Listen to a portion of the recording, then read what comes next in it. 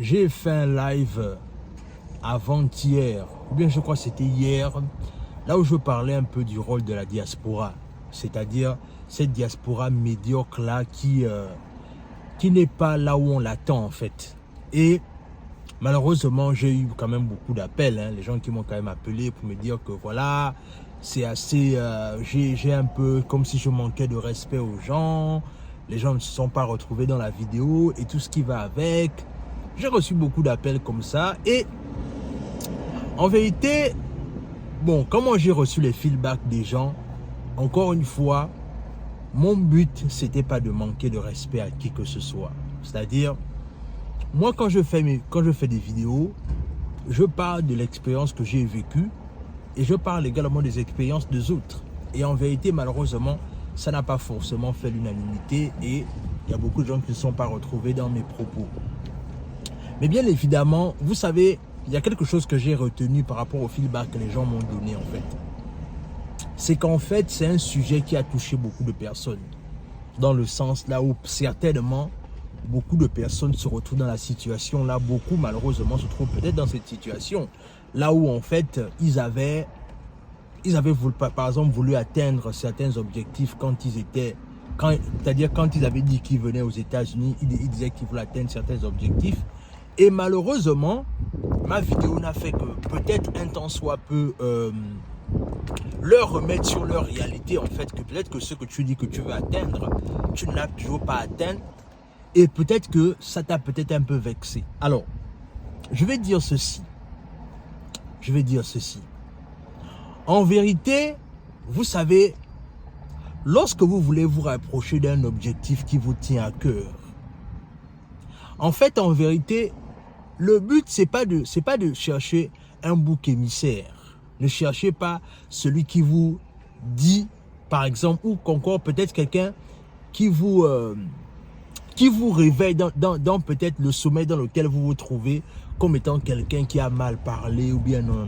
Il faut pas rentrer dans ça. Par contre, ce que vous pouvez faire, c'est que lorsque quelqu'un, par exemple, vous rappelle ce que vous avez peut-être voulu faire et que vous sentez que vous n'avez pas encore atteint cet objectif-là, en fait, en vérité, ce que vous devez faire, c'est que vous devez vous remettre en question vous-même. Vous devez vous remettre en question vous-même dans le sens là où vous devez vous poser la question de savoir, ok, il y a quelque chose, quand je suis arrivé dans ce pays, quand je suis arrivé dans la diaspora, il y a quelque chose que j'avais voulu faire. Mais en vérité, est-ce que je suis déjà en train de me rapprocher de ce que j'étais venu faire dans ce pays? Est-ce que je suis peut-être à quelques centimètres de là où j'ai envie d'arriver en fait? Mais malheureusement, ce n'est pas tout le monde qui se pose ce genre de questions. Et vous savez pourquoi beaucoup de personnes ne se posent pas ce genre de questions? Parce que ce sont des questions qui font mal. C'est-à-dire ce sont des questions en fait, ce sont des questions parfois qui ont du mal à se confronter à la réalité. Et du coup, ils évitent ce genre de questions, en fait. Moi, en fait, en vérité, depuis que moi je suis aux États-Unis, je me suis donné une route, une feuille de route que j'essaye de respecter chaque année, en fait. Que j'essaye de respecter chaque année. Et si même parfois les choses ne se passent pas comme prévu, je sais ce que je dois faire pour pouvoir revenir vers ce que je me suis assigné, en fait. Et en vérité, moi je pense que c'est vers ça qu'il faut aller en fait. Il ne faut pas aller dans le sens de se dire que oui, la vidéo que tu as lancée là, c'est une vidéo quand même qui fait mal. C'est une vidéo là où on a l'impression que c'est comme si tu manquais de respect aux gens. Non, mon but c'est pas de manquer de respect à qui que ce soit. Non, pas du tout, pas du tout. Et surtout, si tu as peut-être senti que je t'ai manqué de respect de façon indirecte, c'était vraiment pas mon but en fait. Peut-être que moi, mon but, c'est simplement de te réveiller dans l'état dans lequel tu te trouves et de te dire qu'il y a d'autres possibilités, mon frère. Il n'y a pas, en fait, c'est-à-dire dans ce pays, à part le fait de travailler, il y a d'autres possibilités de gagner de l'argent. Et peut-être que tu n'as pas encore peut-être trouvé ces autres moyens de gagner de l'argent. Ou encore, peut-être que tu te dis que toi, argent rime avec travail dur, alors que parfois, ça n'a rien à y voir, en fait. Par contre, argent peut rimer avec service, argent peut rimer avec business, argent peut rimer avec création d'entreprise. Et c'est vers ça qu'il faut aller. Le but de ma démarche, ce n'était pas de manquer de respect à qui que ce soit ou de mettre que certaines personnes se sentent mal à l'aise. Non. Moi, je crée du contenu comme certaines personnes de la communauté. Je ne mesure pas parfois l'impact que ça peut avoir. Et aujourd'hui, grâce à vos feedbacks, je réalise maintenant l'impact que cette vidéo a eu en fait dans la communauté. Mais encore une fois, le but de ma démarche, c'est pas de... En fait, en vérité, si je dois peut-être choisir là où je peux vous mettre peut-être mal à l'aise, c'est en fait de vous garantir le fait d'être mal à l'aise, mais tout en voulant plus dans votre vie en fait. Et c'est ce que je vois malheureusement beaucoup de personnes faire, c'est-à-dire ils se contentent trop vite de leur position, ils se contentent trop vite de leur situation, alors que ce sont des personnes qui peuvent aller loin, qui peuvent gagner plus, qui peuvent se remettre en question en se disant que oui, ce que j'ai là c'est bien, mais comment est-ce que je peux encore gagner davantage? Comment est-ce que je peux impacter? Parce qu'en vérité, disons-le clairement, la vérité c'est que comment est-ce qu'on peut transformer la vie de quelqu'un? Il y a deux façons de transformer la vie de quelqu'un. Par l'impact et par l'argent.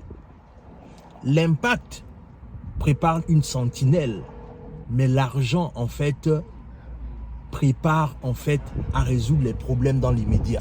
Et en vérité, c'est vers ces deux choses qu'on doit aller, en fait. Nous tous, autant que nous sommes, on doit pouvoir aller vers ces deux choses, en fait.